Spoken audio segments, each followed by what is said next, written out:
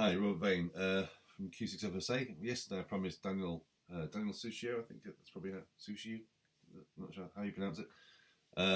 He was talking about data governance and issued a data governance for Dummies challenge. So here's my response. So you kind of call for a basic guide to business leaders of what data governance is and why it's needed. And so here's my answer to that challenge.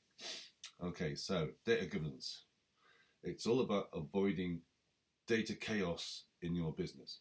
So just imagine an airport with no air traffic control. So planes just taking off willy-nilly, landing when they want, going in any direction. You know, it's obvious what's going to happen. Yeah, there's going to be a pretty big bang in the sky. So, you know, if you leave data to itself, you pretty much get the same thing. You get data chaos. So everybody doing their own thing.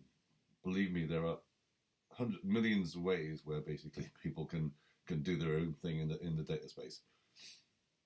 So data chaos, we know this. It leads to bad decisions. It leads to inconsistent operations. You know, things like your stock not being there when you need it to be. So yeah, it leads to bad customer relations. It leads to unhappy customers. Yeah, this is obvious. We all know this. So yes, it is a form of corporate control.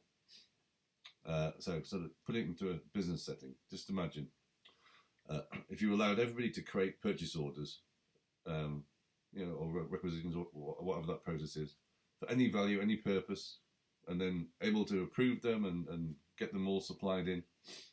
No reference to any financial budget or strategy or prudence. How long do you think your business will survive? And how well will that survive? That would be crazy, right? So your business puts in controls. You assign ownership and accountability. You put somebody's head on the block. Somebody with business accountability. So you know, that person makes sure that everybody's ordering things for the right purpose and business value. It stops wasteful, malicious, or sort of self-serving spending in their budget area. And in turn, the people themselves raising these orders understand that what they need to do to stop the approver from basically slapping them on the wrist, metaphorically speaking, for wasting their time or worse, doing something that's criminal or going to damage the profitability of the company. You know, these things happen. You know, business naturally applies all these controls, loads of them in many cases. But for some strange reason, they let the data run wild. It's possible that they think IT is going to sort it all, but they won't. IT people won't sort this. They are the planes without the air traffic controllers. They will merrily create shifting sands under your feet without even a second thought, because that's what they do. They all fire up in different directions. They've got a million ways of doing things, and that's the way it will happen. Everybody will make their own choice. So you, the business, need to put controls in place. So you need to ensure your data is constructed sensibly, it's validated and created with a quality first mindset.